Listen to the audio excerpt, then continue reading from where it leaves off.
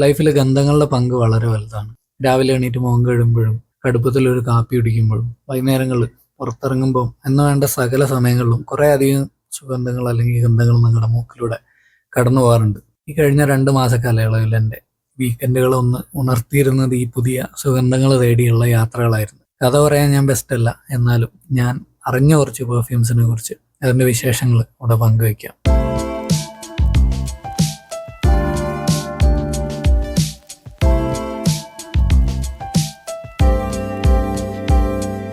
ഹായോ, ഐം സുഫിയാൻ.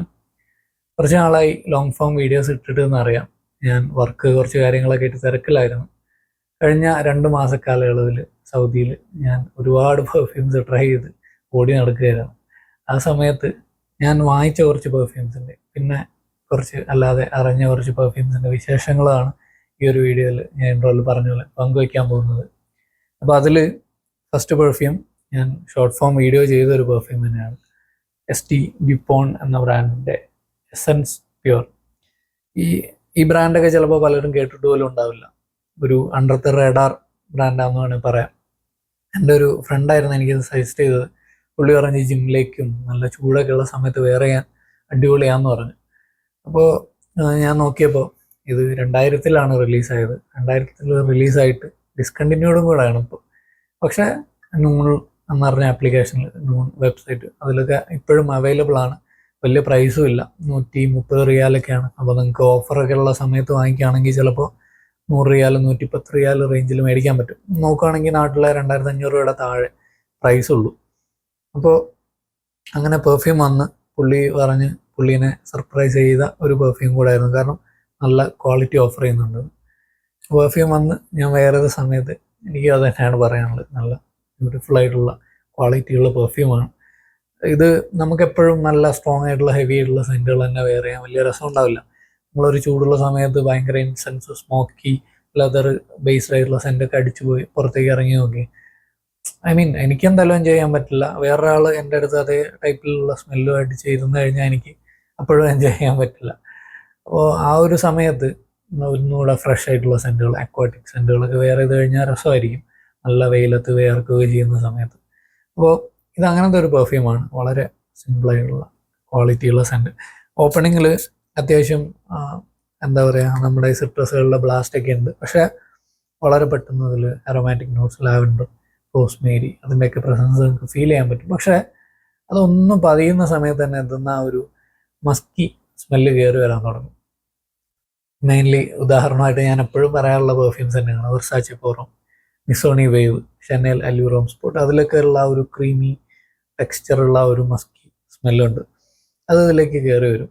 അത് പലപ്പോഴും എല്ലാവർക്കും പിടിക്കണം എന്നില്ല. അത് നിങ്ങൾ ട്രൈ ചെയ്തിട്ട് നിങ്ങൾക്ക് ആ ഒരു വെർസാച്ചെ പോറോമുള്ള ആ ഒരു മസ്കിനെസ് ഇഷ്ടമാണെങ്കിൽ നോ പ്രോബ്ലം. അപ്പോൾ അത് ഇതിലേക്ക് കയറി വന്നിട്ട് ഇതിനൊരു ആ ഒരു ക്രീമി ടെക്സ്ചർ കൊടുക്കുന്നുണ്ട്, ഒരു ഡെപ്ത് കൊടുക്കുന്നുണ്ട്. പിന്നെ ഇതിലൂടെ സമയം കഴിയുമ്പോൾ നിങ്ങൾക്ക് ഇതിലൊരു അക്വാട്ടിക് ടച്ച് ഫീൽ ചെയ്യാൻ പറ്റും. അതുപോലെ തന്നെ ഇതിലൊരു കുക്കുംബർ ലൈക്ക് സ്മെല്ലുണ്ട്.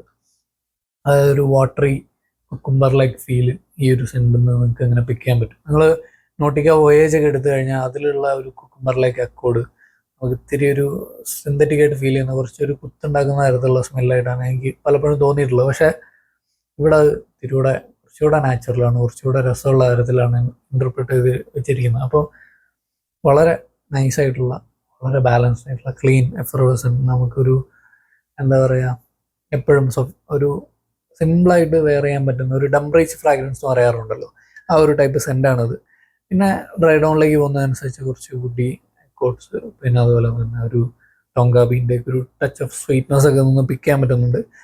പിന്നെ എന്തൊക്കെയോ ഡിസ്റ്റിങ്ക്റ്റ് ആയിട്ടുള്ള കുറച്ച് ക്യാരക്ടേഴ്സും ഇതിലുണ്ട് ഈ ഒരു സെൻറ്റിൽ. പക്ഷേ അത് പിക്ക് ചെയ്യാൻ മാത്രം എനിക്ക് വലിയ സെറ്റപ്പില്ല എൻ്റെ കയ്യിൽ. അപ്പോൾ ഒരു പെർഫ്യൂമറുമായിട്ട് പുള്ളിയായിരുന്നു എനിക്കിത് സജസ്റ്റ് ചെയ്തത്. പുള്ളി പറഞ്ഞിട്ടുണ്ട് ഇതിൻ്റെ ബേസിൽ ഒരു മാജിക് ഉണ്ടെന്ന്.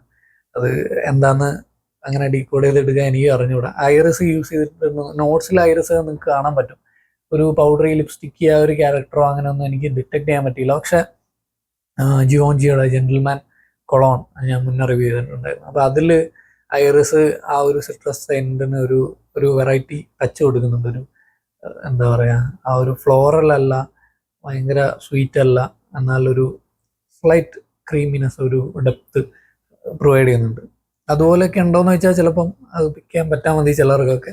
അപ്പോൾ ട്രൈ ഡൗണിലൊക്കെ എവിടെയോ എനിക്ക് അങ്ങനത്തെ ഒരു ഫീൽ കിട്ടിയിട്ടുണ്ടായിരുന്നു. പക്ഷേ മെയിൻലി ഈ ഒരു ഓപ്പണിങ് കിട്ടുന്ന സ്ട്രോങ് സിട്രസുകൾ, പിന്നെ ലാവൻഡർ അരോമാറ്റിക് നോട്ട്സ്, പിന്നെ ഈ ഒരു മസ്കി ക്രീമിനെസ് കയറി വരും. അതിന് പിറകിലായിട്ട് ഈ ഒരു കുക്കുംബർ ലൈക്ക് അക്വാട്ടിക് ടച്ച് ഒക്കെ നമുക്ക് പിക്ക് ചെയ്യാൻ പറ്റും നല്ലപോലെ തന്നെ കുറേ അധികം സമയത്തേക്ക്. അതാണ് കുറേ അധികം നേരം നിൽക്കുന്നത്. പിന്നെ ബേസ് നോട്ട്സിലേക്ക് എത്തുമ്പോഴേക്കൊക്കെ ഇത് ഒന്നുകൂടെ പതിഞ്ഞാണ് ഇരിക്കുന്നത്. നമ്മൾ ക്ലോസ് ആയിട്ട് സ്മെല്ല് ചെയ്ത് നോക്കുകയാണെങ്കിൽ നൈസാണ്. അപ്പോൾ ലാസ്റ്റിംഗ് ഒക്കെ ആണെങ്കിൽ എ സിയിൽ എനിക്ക് 6+ hours ക്ലോത്തിൽ ലാസ്റ്റ് ചെയ്തിട്ടുണ്ട്. പിന്നെ ഒന്നുകൂടെ പുറത്തേക്ക് പോവുകയാണെങ്കിൽ നല്ല വെയിലാണെങ്കിലും 4 മണിക്കൂറിന് മേലെ എനിക്കിത് ലാസ്റ്റ് ചെയ്തിട്ടുണ്ട്. അത് തന്നെ വലിയ കാര്യമാണ്. ഫ്രഷ് സെൻസിനെ സംബന്ധിച്ച് നോക്കുമ്പോൾ, ഒത്തിരിയൂടെ ലൈറ്റർ ആയിട്ടുള്ള സെൻസിനെ സംബന്ധിച്ച് നോക്കുമ്പോൾ ഇത് മച്ച് ബെറ്റർ ആണ് പലപ്പോഴും. അപ്പോൾ പ്രൊജക്ഷൻ ആണെങ്കിൽ ആദ്യത്തെ ഒരു അവറിലൊക്കെ ഒന്നുകൂടെ പുഷ് ചെയ്യുന്നുള്ളൂ, പിന്നെ ക്ലോസ് ആയിട്ടാണ് ഇരിക്കുന്നത്. എന്നാലും നിങ്ങൾ വേർത്തൊന്നും കഴിഞ്ഞാൽ നിങ്ങളുടെ മുഷിപ്പിക്കാത്ത തരത്തിലുള്ള സ്മെല്ലാണ് ഈ ഒരു പെർഫ്യൂമിനുള്ളത്. അപ്പോൾ നിങ്ങൾക്ക് പറ്റുവാണെങ്കിൽ ചിലപ്പോൾ ചില സ്റ്റോറുകളിലൊക്കെ അവൈലബിൾ ആയിരിക്കും എപ്പോഴും. മീൻ പുറത്തുള്ള ആൾക്കാർക്ക്, നാട്ടിൽ ഇപ്പോൾ തീരെ കിട്ടാൻ ചാൻസ് കുറവാണ്. നമുക്കൊരു സെൻ്റ് ആയിരിക്കും ഇത്.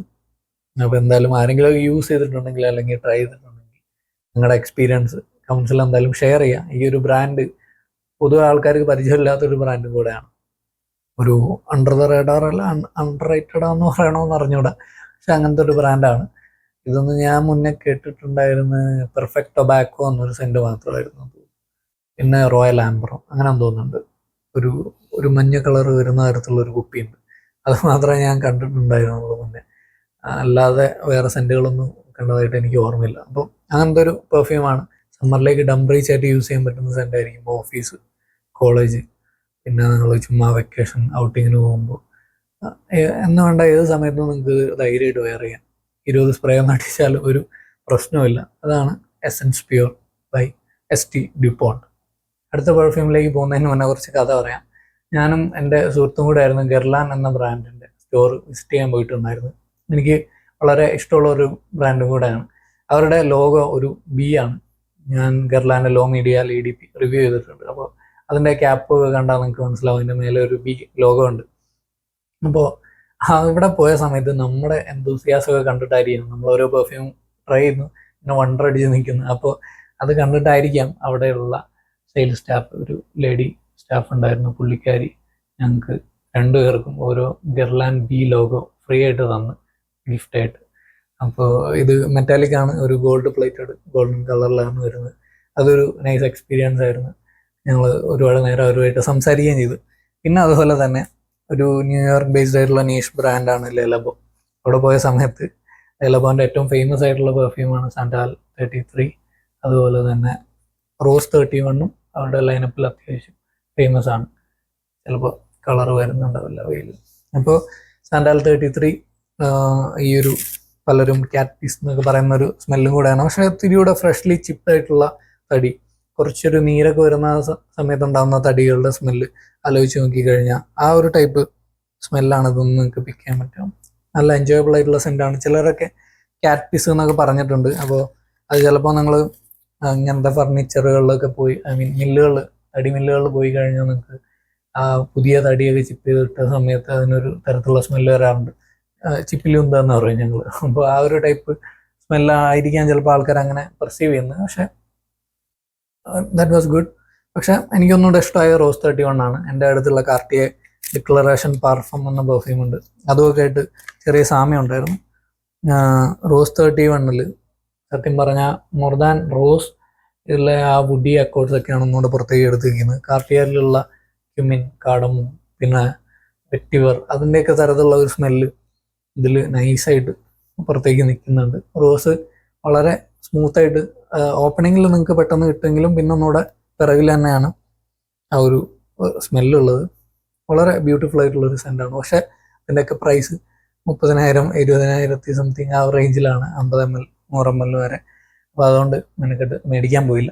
പിന്നെ ഞാൻ ട്രൈ ചെയ്ത പെർഫ്യൂംസിൽ കുറച്ചൊക്കെ ഞാൻ എന്ത് ചെയ്തിട്ടുണ്ട്, അതിൻ്റെ സ്ട്രിപ്സ് കയ്യിൽ കരുതിയിട്ടുണ്ട്. ഇത് 100-ലധികം സ്ട്രിപ്സ് ഉണ്ട്. പിന്നെയും 10 ഒരു അറ്റ്ലീസ്റ്റ് ഒരു 100 കൂടെ ബാക്കി ഉണ്ടാവുമായിരുന്നു. പക്ഷെ അതൊക്കെ ഞാൻ കളഞ്ഞു, കാരണം ഒരുപാട് സ്ഥലം ഇതിനു വേണ്ടി പോകുന്നുണ്ട്. അപ്പോൾ ഇതൊരു എന്താ പറയുക, എൻ്റെ ഓർമ്മകൾക്ക് വേണ്ടി എടുത്തു വെച്ചാണ് കുറേ സ്ട്രിപ്പുകൾ. അപ്പോൾ നമുക്ക് അടുത്ത പെർഫ്യൂമിലേക്ക് പോകാം. അടുത്ത പെർഫ്യൂം ഒരു ഹൈപ്പ് ബീസ്റ്റ് ആണ്, വേറെ ഏതുമല്ല, പിസ്സ അക്കോയ. ഇത് ഊത്ത് മരക്കുജയുടെ ക്ലോണായിട്ടാണ് അറിയപ്പെടുന്നത്. പക്ഷേ ഞാൻ ഒരു 5-6 തവണയെങ്കിലും അറ്റ്ലീസ്റ്റ് ഊത്ത് മരക്കുജ ട്രൈ ചെയ്ത് നോക്കി. അപ്പോഴൊക്കെ എനിക്ക് ഫീൽ ചെയ്തത് ഇത് എൻ്റെ ക്ലോണൊന്നുമല്ല. കാരണം ഊത്ത് മരക്കുജ ഓപ്പൺ ചെയ്യുന്ന സമയത്ത് ഇത്തിരി പുളിച്ച ഫ്രൂട്ട്സിൻ്റെ സ്മെല്ലുണ്ട്. നമ്മൾ സ്ലൈറ്റ്ലി കേടായ ഫ്രൂട്ട്സ് എന്നൊക്കെ പറയും പോലെ, നമ്മൾ ആപ്പി ഫിസിൻ്റെ ഒരു റെഡ് ആപ്പി ഉണ്ടായിരുന്നു, അതിൻ്റെയൊക്കെ ഓപ്പണിങ്ങിൽ ഒരു അങ്ങനെ ഒരു കെട്ട ഫ്രൂട്ട്സിൻ്റെ ടൈപ്പ് സ്മെല്ലില്ലേ, ആ ഒരു ടൈപ്പ് സ്മെല്ല് ഊത്ത് മരക്കുജയിലുണ്ട്. അതുപോലെ തന്നെ അതിന് ഒരു പീച്ചി, ഒരു ഗമ്മീസിൻ്റെ ഒക്കെ ടൈപ്പ് വൈബും ഓപ്പണിങ്ങിൽ നിങ്ങൾക്ക് ഫീൽ ചെയ്യാൻ പറ്റും. അപ്പോൾ ആ ഒരു പക്ക ഈ പാഷൻ ഫ്രൂട്ട് എന്ന് എല്ലാവരും പറയുന്നുണ്ടെങ്കിലും അതിൻ്റെ ഓപ്പണിങ് നിങ്ങൾ ശ്രദ്ധിച്ച് മാത്രം മേടിക്കേണ്ട ഒരു പെർഫ്യൂമാണ് ഊത്ത് മരക്കുജ. നിങ്ങൾ മനസ്സിൽ വളരെ സോഫ്റ്റ് ആയിട്ടുള്ള പക്ഷേ രസമുള്ള പാഷൻ ഫ്രൂട്ടിൻ്റെ കൂടെ ഊത് ഇങ്ങനെ ചേർന്ന് വരുന്നതാണ് നിങ്ങളുടെ മനസ്സിലെങ്കിൽ അങ്ങനെ ആയിരിക്കില്ല ഊത്ത് മരക്കുജ. ഊത്ത് മരക്കുജ ഇത്തിരി ഡിഫറെൻ്റ് ആണ് ഞാൻ വിചാരിച്ചതിൽ നിന്നും. ഇനി ഇതിലേക്ക് വരുമ്പോൾ ഇത് വേറെ തന്നെ ഒരു ഡയറക്ഷനിൽ വേണമെങ്കിൽ പറയാം. ഐ മീൻ അതിൻ്റെയൊക്കെ ഒരു DNA അവിടെ ഇവിടെ ഉണ്ട് എന്നല്ലാതെ ഇതൊരു ക്ലോണാണെന്നും പറയാൻ പറ്റില്ല. ഈ ഗിസ ബോട്ടിൽസ് നിങ്ങൾക്ക് അറിയാം, ജെറ്റ് സ്പ്രെയറുകളാണ്.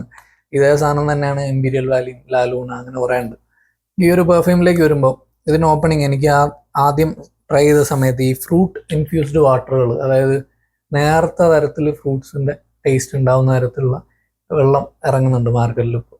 അപ്പോൾ നിങ്ങൾ അത് കുടിച്ച് നോക്കിയാൽ നിങ്ങൾക്ക് മനസ്സിലാവും അതിനൊരു ലൈറ്റ് ആയിട്ടുള്ള ഫ്ലേവറും ലൈറ്റ് ആയിട്ടുള്ള സ്മെല്ലും ഉണ്ടാവും. ആ ഒരു ടൈപ്പ് സ്മെല്ലായിരുന്നു എനിക്ക് പിക്ക് ചെയ്യാൻ പറ്റി. ഇത് ആ ഒരു തരത്തിൽ തന്നെയാണ്, വളരെ ലൈറ്റ് ആയിട്ടുള്ള ഫ്രൂട്ട്സ്, അങ്ങനെ ഒരു കുറച്ച് ഐ മീൻ നേർപ്പിച്ച തരത്തിലുള്ള ഫ്രൂട്ട്സ് എന്ന് വേണമെങ്കിൽ പറയാം. ഫുള്ളി ഫ്രൂട്ടി എന്താ പറയുക ജ്യൂസി ആയിട്ടുണ്ടോ അങ്ങനെയല്ല, പകരം ഒന്നുകൂടെ നേർപ്പിച്ച ലൈറ്റ് ആയിട്ടുള്ള സ്മെല്ല്. ആ ഒരു ഫ്രൂട്ടിനെസ് ആണ്, റാസ്ബെറിയുടെ ഫ്രൂട്ടിനെസ് ആണ് ഇതൊന്ന് പിക്ക് ചെയ്യാൻ പറ്റുക. പിന്നെ സത്യം പറഞ്ഞാൽ അത് ഒരുപാട് ചേഞ്ച് ആവുന്നില്ല, ഭയങ്കരമായിട്ടുള്ള എന്താ ഡെവലപ്മെൻറ്റ്സ് ഉണ്ടാവുന്ന സ്മെല്ലല്ല.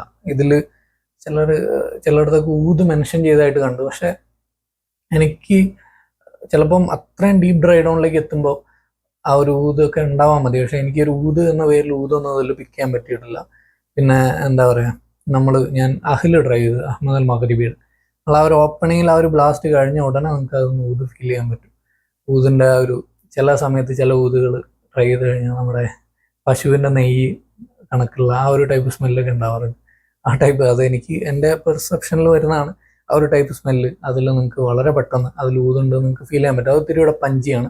ഇത് much more fruitier, lighter, airy type scent പ്രൊഫൈലാണ്.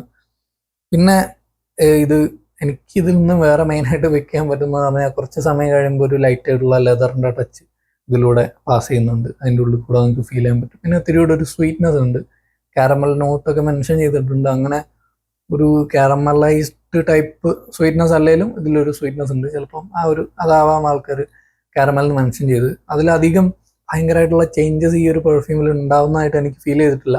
ചിലപ്പോൾ ഒന്നുകൂടെ അത്രയും സമയമൊക്കെ കഴിഞ്ഞ് നിങ്ങൾക്ക് സ്മെല്ല് ചെയ്ത് നോക്കി കഴിഞ്ഞാൽ കിട്ടാൻ മതി. പക്ഷേ ആദ്യത്തെ ഒരു 2-3 മണിക്കൂറൊന്നും എനിക്ക് ഭയങ്കരമായിട്ടുള്ള ചേഞ്ച് ഇതൊന്നും ഫീൽ ചെയ്യുന്നുണ്ടായില്ല. അതുകൊണ്ട് പിന്നെ ഞാൻ അതിനെ കുറിച്ച് മറന്നും പോകും. ഇത് അടിച്ചിട്ടുണ്ടെങ്കിലും ഞാൻ പിന്നെ ട്രൈ ചെയ്ത് നോക്കൊന്നുമില്ല. ബേസിലേക്ക് സാൻഡൽവുഡൊക്കെ മെൻഷൻ ചെയ്തിട്ടുണ്ട്. അപ്പോൾ ഒരു വുഡി വിളിക്കാൻ പാകത്തിനുള്ള വുഡിനെസ് ഒന്നും ഇതിലുള്ളതായിട്ട് എനിക്ക് ഫീൽ ചെയ്തിട്ടില്ല.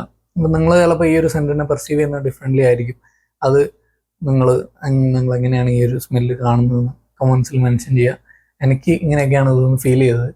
അപ്പോൾ വളരെ എൻജോയബിൾ ആയിട്ടുള്ളൊരു സെൻറ്റാണ്. നിങ്ങൾക്ക് സമ്മറിൽ വേണമെങ്കിലും വേറെ ഒന്നുകൊണ്ട് തെറ്റൊന്നുമില്ല. പിന്നെ നിങ്ങൾ മർജ് അങ്ങനത്തെ സ്മെല്ലുകളൊക്കെ ആലോചിച്ചിട്ട് നിങ്ങളങ്ങനെ നാട് മൊത്തം അറിയിക്കും എന്നുള്ള തരത്തിലുള്ള വിചാരിച്ചിട്ടാണ് ഇത് മേടിക്കുന്നതെങ്കിൽ നോ. എനിക്ക് എൻ്റെ പേഴ്സണൽ എക്സ്പീരിയൻസിൽ ഞാൻ ഒരു 10 സ്പ്രേ, നിങ്ങൾക്ക് അറിയാം ഒരു സ്പ്രേ എത്രത്തോളം ഉണ്ട്, ഒരു 10 സ്പ്രേ അടിച്ചിട്ട് പോയ സമയത്ത് ഒരു 1 ഹവറിൻ്റെ ഉള്ളിലാണെങ്കിൽ തന്നെ ഞാൻ ഒരു പുള്ളീനോട് ചോദിച്ച സമയത്ത് അവിടെ ഞാൻ ഞാൻ പുള്ളിയുടെ അടുത്ത് നിന്ന് പുള്ളി ഇങ്ങനെ സ്നിഫ് ചെയ്തപ്പോൾ മാത്രമാണ് പുള്ളിക്ക് സ്മെല്ല് വന്നതെന്ന് പറഞ്ഞു. അത് ലൈറ്റ് സ്മെല്ല്. അപ്പോൾ നിങ്ങൾ ഒരുപാട് പ്രൊജക്റ്റ് ചെയ്യുന്ന, നിങ്ങൾ വരുന്നതിന് മുന്നേ തന്നെ നാട് മൊത്തം അറിയിക്കുന്ന തരത്തിലുള്ള സെൻറ്റാണ് വിചാരിക്കുന്നതെങ്കിൽ അത് ഇന്ന് കിട്ടില്ല. 6 മണിക്കൂറിന് മേലേക്ക് എനിക്ക് ലാസ്റ്റ് ചെയ്തിട്ടുണ്ട്. ഓഫീസിലൊക്കെ പോയ സമയത്ത് 8 മണിക്കൂറിന് മേലെ ക്ലോത്ത്സ് ഉണ്ടായിരുന്നു സ്മെല്ല്. അപ്പോൾ പക്ഷേ വളരെ സോഫ്റ്റ് ആയിട്ടുള്ള സെൻറ്റാണ്. അപ്പോൾ സ്ക്രീമിങ് ആയിട്ടുള്ള പ്രൊജക്ഷനൊന്നും വിചാരിച്ചിട്ട് അക്കോയ നിങ്ങൾ വാങ്ങിക്കരുത്. അതിനൊന്നുകൂടെ ബെസ്റ്റ് ചിലപ്പം അഹ്ലായിരിക്കും. അതിൽ പക്ഷേ ഇത്തിരി ഒരു സ്മോക്കിയർ ഊതി സൈഡിലേക്കാണ്. അപ്പോൾ ആ ഒരു അനിമാലിക് ഊത് അങ്ങനത്തെ കാര്യങ്ങളൊന്നും നിങ്ങൾക്ക് വലിയ താല്പര്യമില്ല എങ്കിൽ അതിലും കണ്ണും പൂട്ടി വാങ്ങിക്കാതിരിക്കുക. ഇത് വളരെ നൈസായിട്ടുള്ളൊരു സെൻ പ്രൊഫൈലാണ്.